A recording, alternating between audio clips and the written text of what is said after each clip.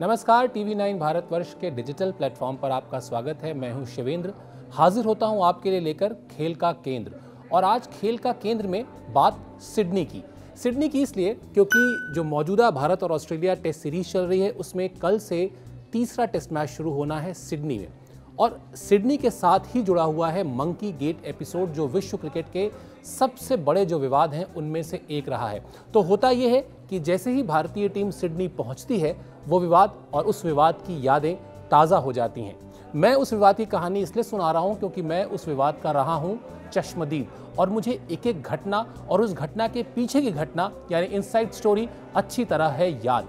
तो ये कहानी शुरू हुई थी सिडनी टेस्ट मैच के तीसरे दिन। जनवरी का ही समय था, पहला हफ्ता था नए साल का। और हुआ यूं कि सिडनी टेस्ट मैच का तीसरा दिन था। ऑस्ट्रेलिया ने पहली पारी में 400 के आसपास रन बनाए थे और भारतीय टीम अच्छी बल्लेबाजी कर रही थी। वीवीएस लक्ष्मण जो है वो शतक बना चुके थे, सचिन तेंदुलकर क्रीज पर थे और भारतीय टीम धीरे धीरे ऑस्ट्रेलिया पर एक अच्छी खासी बढ़त बनाने की दिशा में आगे बढ़ रही थी। उसी समय एक बड़ा हादसा हुआ यूं कि सचिन तेंदुलकर और हरभजन सिंह बल्लेबाजी कर रहे थे और एंड्रयू साइमंड्स उनको लगातार उकसा रहे थे। इस बीच हरभजन सिंह ने एंड्रयू साइमंड्स को कुछ कहा, जो हम लोगों ने देखा प्रेस बॉक्स से। थोड़ी सी तनातनी हुई लेकिन बात खत्म हो गई। लेकिन बात खत्म दरअसल नहीं हुई थी। मैच जब खत्म हुआ, यानी उस दिन का खेल जब खत्म हुआ, उसके बाद ये पता चला कि हरभजन सिंह के खिलाफ हुई है नस्लीय टिप्पणी की शिकायत। ये शिकायत बहुत बड़ी शिकायत थी, यानी ये गाली गलौज का मामला नहीं था, ये मामला था रेशियल एब्यूज़ का। और ये मामला रिकी पॉन्टिंग की तरफ से आईसीसी मैच रेफरी तक पहुंचाया गया और उन्होंने कहा कि बीच मैदान में एंड्रयू साइमंड्स को हरभजन सिंह ने कहा मंकी। इसके बाद आप यूँ समझिए कि शुरू हुआ विश्व क्रिकेट के सबसे बड़े विवाद में से एक विवाद, monkey gate episode.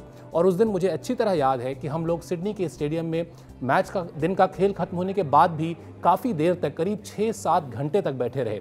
Chetan Chauhan जो भारतीय टीम के पूर्व सलामी बल्लेबाज भी रहे हैं, वो उस दौरे में भारतीय टीम के मैनेजर थे। एमवी श्रीधर उस दौरे में मीडिया मैनेजर थे। और शुरू में जब मैंने इन लोगों से पूछा कि क्या लगता है इस मामले में अब क्या होगा, तो उन्हें ये लगा था कि कुछ नहीं होगा, चूंकि हरभजन सिंह ने जो भी कहा वो एंड्रयू साइमंड्स के उकसाने पर कहा। और मैच रेफरी के पास जब भारतीय टीम की तरफ से ये दोनों लोग पहुंचे और साथ में अनिल कुंबले गए जो कप्तान थे उस दौरे पर, तो इसी उम्मीद से गए कि बहुत जल्दी ही बातचीत खत्म हो जाएगी। लेकिन ऐसा हुआ नहीं। मैच रेफरी ने लगा दिया हरभजन सिंह पर बैन, क्योंकि आईसीसी के नियमों के तहत रेशियल एब्यूज़ करने पर लगता है बैन, और वो बैन लगाया गया हरभजन सिंह के खिलाफ। यहाँ से उस टेस्ट मैच में जो तल्खियाँ थीं दोनों टीमों के बीच, वो बढ़ती गईं। हम लोग लगातार देख रहे थे कि मैदान में किस तरह से एक दूसरे से तनातनी चल रही है। खिलाड़ी एक दूसरे को बिल्कुल, जिसको कहते हैं कि युद्ध की मुद्रा में है। खैर, चौथे दिन का मैच हुआ। ऑस्ट्रेलिया ने, जो भारत ने बढ़त ली थी 100 रन के करीब की, उस बढ़त को पूरा किया, एक टारगेट दिया और भारतीय टीम उस टारगेट का पीछा करने में चौथी पारी में लड़खड़ाई और वो मैच भारतीय टीम हार गई। जिसमें यह भी ध्यान रखना चाहिए कि माइकल क्लार्क ने एक ओवर में 3 विकेट लिए और उसमें विवादास्पद फैसले भी थे अंपायर के, जिसको लेकर भारतीय टीम ने विरोध भी किया। लेकिन अंत में भारतीय टीम वो टेस्ट मैच हार गई। अब दूसरी बड़ी चीज़ जो मुझे उस टेस्ट मैच से याद आती है वो ये कि अनिल कुंबले उस मैच में हारने के बाद जब प्रेस कॉन्फ्रेंस में पहुंचे तो भारतीय मीडिया ने उनके लिए ताली बजाई। मेरे क्रिकेटिंग करियर में ये पहला मौका था जब किसी हारे हुए कप्तान के लिए प्रेस कॉन्फ्रेंस में ताली बजी हो। और अनिल कुंबले ने उस प्रेस कॉन्फ्रेंस में एक वाक्य कहा जो मुझे अब भी याद है, यानी 13 साल बाद भी याद है। उन्होंने कहा कि I think that only one team has played in the right spirit of the game, यानी मेरे ख्याल से सिर्फ एक टीम है जिसने खेल भावना के मुताबिक इस मैदान में, इस मैच में खेला। खैर, मैच भारतीय टीम हार गई। उसके बाद भारतीय टीम को एक प्रैक्टिस मैच में जाना था और मुझे याद है कि हम लोग टीम होटल के बाहर खड़े थे। वो मैच कैनबरा में होना था, लेकिन खिलाड़ी जो होटल में से निकलकर, लॉबी से निकलकर बस में बैठने वाले थे, वो अचानक बसों से यहाँ वहाँ इधर उधर निकलकर आसपास की सड़कों में घूमने लगे।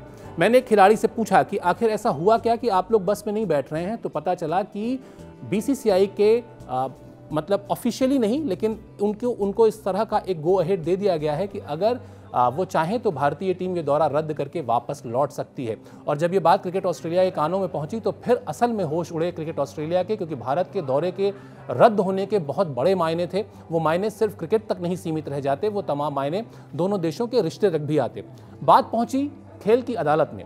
वहां पर भी ये हुआ कि आखिर हरभजन सिंह ने मंकी कहा एंड्रयू साइमंड्स को या नहीं कहा, और उस मामले की सुनवाई कर रहे थे न्यूजीलैंड के जज थे जस्टिस जॉन हेंसन। मुझे याद है एक खेल पत्रकार के तौर पर हम लोगों ने मैच कवर किए अलग अलग खेलों के, लेकिन ये पहला मौका था जब हम कोर्ट रूम के बाहर थे, एक कॉफ़ी शॉप के बाहर पूरा का पूरा भारतीय मीडिया था और उस कॉफ़ी शॉप के भीतर हेयरिंग चल रही थी जिसमें सचिन तेंदुलकर भारत की तरफ से थे, हरभजन सिंह तो थे ही, एंड्रयू साइमंड्स थे ऑस्ट्रेलिया की तरफ से, रिकी पॉन्टिंग थे और भी खिलाड़ी थे। और पूरे वाकये को जानने के बाद जस्टिस जॉन हेंसन ने यह कहा कि चूंकि हरभजन सिंह को इस मामले में दोषी ठहराया नहीं जा सकता, वो इसलिए क्योंकि उन्हें उकसाया गया लगातार जब एंड्रयू साइमंड्स ने उनको प्रोवोक किया तब जाकर उन्होंने उनके खिलाफ एक टिप्पणी की और वो टिप्पणी दरअसल मंकी नहीं थी बल्कि एक गाली थी।